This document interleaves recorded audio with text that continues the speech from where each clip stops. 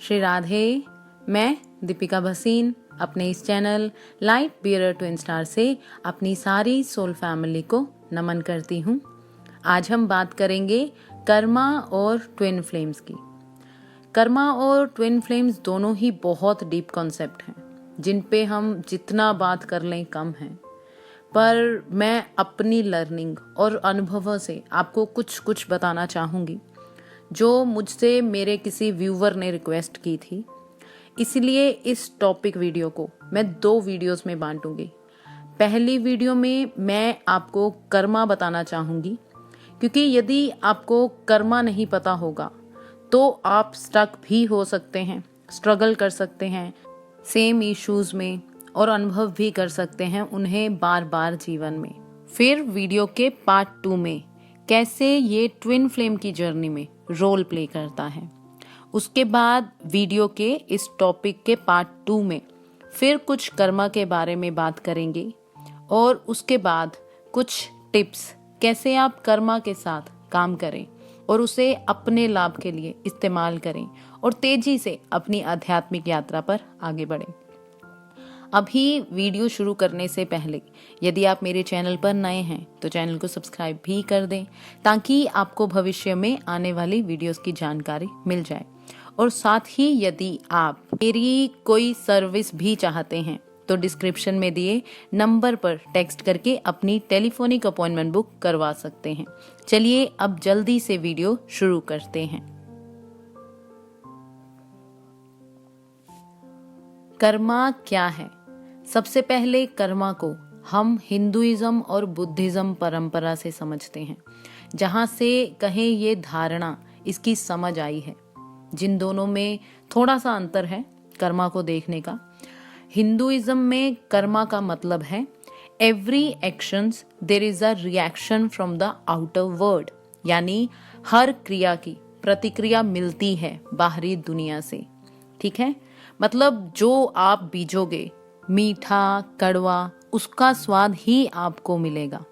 तो कर्मा क्या है?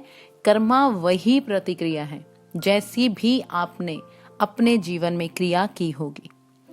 वही बुद्धिज्म में एक अंतर है।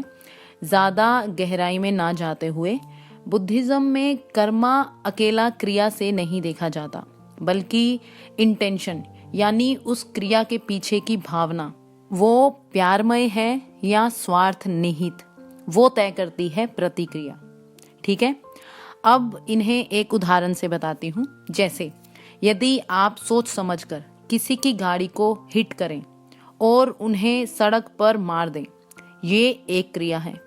वहीं दूसरी अलग स्थिति जिसमें आप कहीं से आ रहे हैं और 2-3 दिन से आप सोए नहीं हैं, बहुत थके हुए हैं और अचानक कहीं 1 सेकंड के लिए आपकी आंख लग जाए और जब आप जागो उसी में आप किसी गाड़ी को हिट कर चुके हो और कोई मर गया हो। ये 2 क्रियाएं हैं जिनका रिजल्ट सेम है, पर बुद्धिज्म में बिल्कुल अलग कार्मिक परिणाम लाएगी, क्योंकि एक में इंटेंशन किसी को नुकसान देने की है और दूसरे में नहीं। जिसमें क्रिया चाहे दोनों समान रिजल्ट लेकर आई, पर दोनों परंपराओं में यही महत्वपूर्ण अंतर है, इंटेंशन का। जिसे कहें हर क्रिया हर भावना की प्रतिक्रिया जीवन में आती है, जैसे ज्यादातर कर्मा को समझा जाता है। अब इन दोनों परंपराओं से थोड़ा अलग तरीका इन्हें देखने का जो मेरी टीचर बताती है, वो कर्मा को एक शीशे की तरह बताती है, जिसमें आप जैसी प्रतिमा दिखाएंगे वो वैसी ही प्रतिमा आपको वापस दिखाएगा। और दूसरा उसे एक फीडबैक सिस्टम यानी प्रतिक्रिया तंत्र भी कहती है, जो मुझे बहुत पसंद है, जिसमें वो कहती है कर्मा एक फीडबैक सिस्टम यानी प्रतिक्रिया तंत्र है, जिसे ऐसे समझें यदि कोई शीशा ना हो या कोई फीडबैक ना हो तो हम खुद को नहीं जान सकते ना ही खुद का एहसास कर सकते हैं, जिसे अक्सर लोगों के लिए समझना बहुत मुश्किल होता है। इसका क्या मतलब है, मुझे शीशा क्यों चाहिए? यहाँ एक उदाहरण से समझाती हूँ जो मुश्किल होगी, पर सोचिए कि जैसे जीवन में कभी आपने अपनी शक्ल ही नहीं देखी, ना शीशे में, नदी में, ना पानी में, कहीं भी आपने अपनी शक्ल ही नहीं देखी, तो क्या आप जान पाएंगे आप कौन हैं? नहीं ना। खुद को आप इसीलिए पहचानते हैं क्योंकि सालों से आप खुद को शीशे में देख रहे हैं। जो आप खुद को पहचानने में जो आपकी मदद करता है, जो ज़रूरी है, वैसे ही कर्मा भी एक शीशा, एक फीडबैक सिस्टम है जो हमें अलाउ करता है कि हम खुद को जान पाएं, खुद को सेल्फ रियलाइज कर पाएं, यानी खुद का एहसास कर पाएं। क्योंकि हर क्रिया जो हमने की इस रियलिटी में, मैं उसी की ठीक ठीक प्रतिक्रिया पाऊंगा इस फीडबैक सिस्टम से, जिसमें मैं अकेला खुद को जानूंगा ही नहीं बल्कि समझूंगा, अनुभव करूंगा, महसूस करूंगा क्या अच्छा है मेरे लिए, मेरी आत्मा के लिए। और नहीं, मेरी टीचर कहती है इतना ही है जो कर्मा हमारे लिए करता है, एक महत्वपूर्ण फीडबैक के रूप में हमें जो अलाउ करता है ताकि हम उसे महसूस कर पाएं खुद में कि क्या हम कर रहे हैं इस दुनिया में, क्या भाव हमारे हैं, जो एक टूल की तरह हमारी एवोल्यूशन में मदद करता है, जिसमें हम लगातार अपनी प्रतिमा देखते हैं किसी भी पल, जो हमें एक फीडबैक की तरह दिखाई जाती है, जिसमें कार्मिक लूप्स आती रहती हैं, जो फिर हम चुनते हैं कि हमें इसे दोबारा देखना है या इससे कुछ सीख लेनी है या वही बर्ताव करना है ताकि फिर वही प्रतिक्रिया या कहें वही शीशा हमें वापस लाए। तो अंत में यही कहूँगी कि कर्मा एक फीडबैक सिस्टम है जो हमें अलाउ करता है कि हम वननेस समझ पाएं इन कार्मिक लूप्स के जरिए कि आप क्या भावना और क्रिया कर रहे हैं इस दुनिया में, जिनसे फिर आप अपने घाव पता करते हैं, अपने दर्द भरे हिस्सों को महसूस करते हैं और साथ ही ये भी पता करते हैं कि मैं सेपरेशन कॉन्शियसनेस में हूँ या यूनिटी कॉन्शियसनेस में।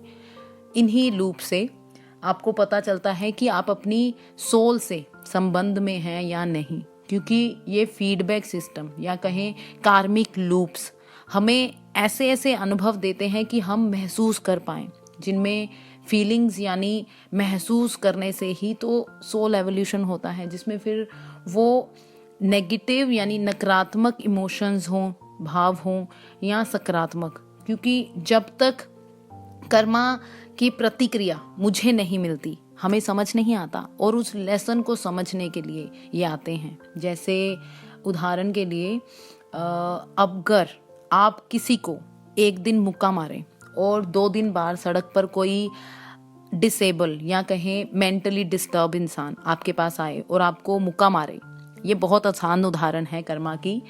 ये इसलिए दे रही हूँ कि आप समझें, जब आपको मुक्का आपने मारा तो अलग भाव था और जब खाया तो अलग, जिसमें आपने अनुभव किया खुद पर। ऐसे ही आप जो भी बीजते हैं वही फल आपको मिलता है, ताकि आप अपनी सोल को निर्मल कर पाएं। तब तक जब तक आप ये ना समझ लें कि हम सब कनेक्टेड हैं, संबंधित हैं एक दूसरे से, जिसमें कर्मा सिर्फ जब तक आप सेपरेशन कॉन्शियसनेस में रहते हैं तब तक ही ज़रूरी होता है। जब आपने खुद को सेल्फ रियलाइज कर लिया तो ये फीडबैक सिस्टम की ज़रूरत नहीं होती, जिस पे आगे बाद में मैं बात करूंगी। अभी आते हैं इस वीडियो के पार्ट 2 में, यानी ट्विन फ्लेम्स और कर्मा।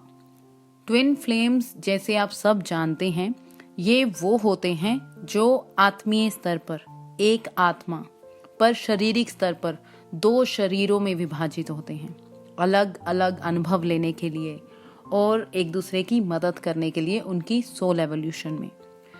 जिसमें अगर कर्मा की बात करें कि ये कैसे ट्विन फ्लेम को प्रभावित करता है, उसमें यदि आपने ऊपर कर्मा को जो मैंने समझाया ध्यान से सुना है तो आप जाने होंगे कि कर्मा एक शीशे की तरह होता है जो हमें हमारी सोल की रिफ्लेक्शन यानी परछाई दिखाता है।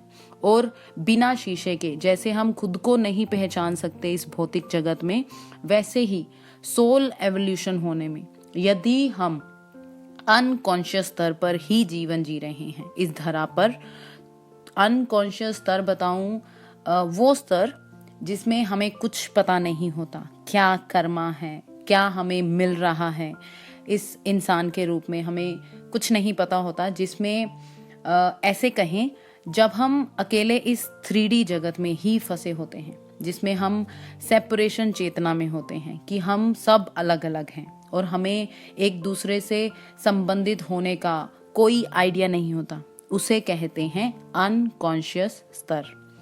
तो उस स्तर से कॉन्शियसनेस में शिफ्ट होने के लिए एक बड़ा झटके की जरूरत होती है, जो हमें ट्विन फ्लेम को उनकी दूसरी मिरर सोल आकर उनकी रिफ्लेक्शन या कहें शीशा दिखाना शुरू कर देती है, जो हमारे लिए अनकॉन्शियस स्तर पर देख पाना बहुत मुश्किल होता है। पर जैसे ही जब कोई भी अपने ट्विन फ्लेम के संपर्क में आते हैं तो उन्हें अपने जीवन का शीशा दिखना शुरू हो जाता है और वो अपनी सोल एवोल्यूशन पर शुरू हो जाते हैं।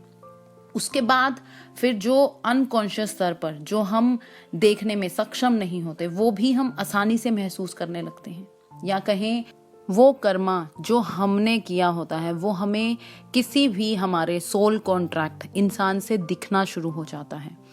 उसे हम गहरे स्तर पर महसूस करना शुरू हो जाते हैं और खुद को रिफाइन यानी साफ करने में लग जाते हैं। इस समय में शुरुआत में हम ये समझ नहीं पाते, पर फिर धीरे धीरे जो भी कर्मा हमने अपने सिस्टम में इकट्ठा किया होता है वो हमें दिखने लगता है, समझ आने लगता है।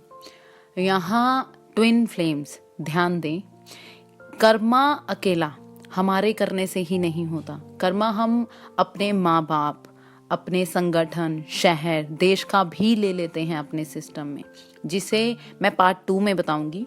उस सब को भी हमें क्लियर तो करना होता है ना, क्योंकि अब वो हमारे सिस्टम में है, जिसमें कर्मा एक फीडबैक सिस्टम के जरिए ट्विन फ्लेम्स को कभी उनके ट्विन के जरिए तो कभी दूसरे सोल कॉन्ट्रैक्ट्स या कार्मिक के जरिए दोनों को शीशा दिखाकर मदद करते हैं उनकी सोल एवोल्यूशन में, ताकि आप खुद के हर उस जख्म को, दर्द को, जो चाहे आपने खुद क्रिया करके बनाया या अपने पूर्वजों से लिया, पर उपचार तो आपको उसका करना होता है, उन्हें खुद में यूनियन में लाकर, हार्मनी में लाकर।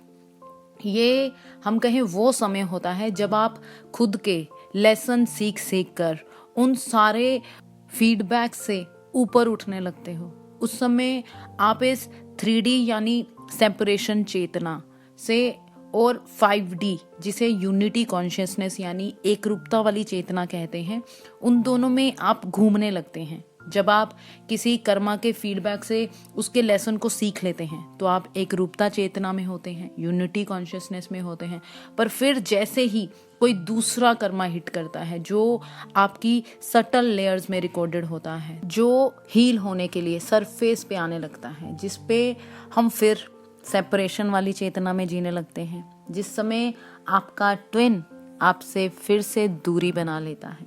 ऐसे ही आप दोनों एक दूसरे की मदद करते हो, एक दूसरे के अंदर के उस कर्मा यानी शीशे को दिखाकर जहां जहां गंदगी या कहें दर्द, घाव पड़ा है, ताकि आप दोनों उन घावों पर ध्यान दे पाएं और उनका लेसन सीखकर उस पार्ट को भी खुद में हार्मोनी में ला पाएं। ऐसे कर्मा दोनों ट्विन फ्लेम्स की मदद करता है, जो अनकॉन्शियस चेतना में समझना बहुत मुश्किल होता है। आशा है आपको इस वीडियो के माध्यम से कुछ रोशनी, कुछ वैल्यू दे पाई हूँ। असल में ये कर्मा और ट्विन फ्लेम का कॉन्सेप्ट बहुत गहरा है। इसे और गहराई से समझने के लिए इस कर्मा ट्विन फ्लेम वीडियो के पार्ट 2 को भी देखिएगा, जिसमें आप कर्मा और गहराई से समझने के साथ साथ कुछ टिप्स भी जानेंगे कि कैसे आप कर्मा के साथ काम कर पाएं, उसे अपने हाईएस्ट बेस्ट लाभ के लिए यूज करें। उसके लिए यदि आपने मेरे चैनल को अभी तक सब्सक्राइब नहीं किया है तो सब्सक्राइब बटन और बेल आइकन को प्रेस करके वो भी कर दें, ताकि आपको नेक्स्ट वीडियो की नोटिफिकेशन मिल जाए। ये वीडियो आपको कैसी लगी उसे वीडियो को लाइक कमेंट करके ज़रूर बताएं और मुझे भी प्रोत्साहित करें, ताकि मैं आपके लिए वीडियोस लेकर आती रहूं। और मुझे आपसे आपके कमेंट्स के ज़रिए कनेक्ट होकर बहुत अच्छा लगता है। अभी के लिए इतना ही। अगले हफ्ते कर्मा पे कुछ और गहराई पर वीडियो के साथ पार्ट 2 में आपसे फिर मुलाकात होगी। तब तक के लिए खुश रहिए, प्यार बांटते रहिए। आप सबको बहुत सारा प्यार भेजते हुए थैंक यू सो मच।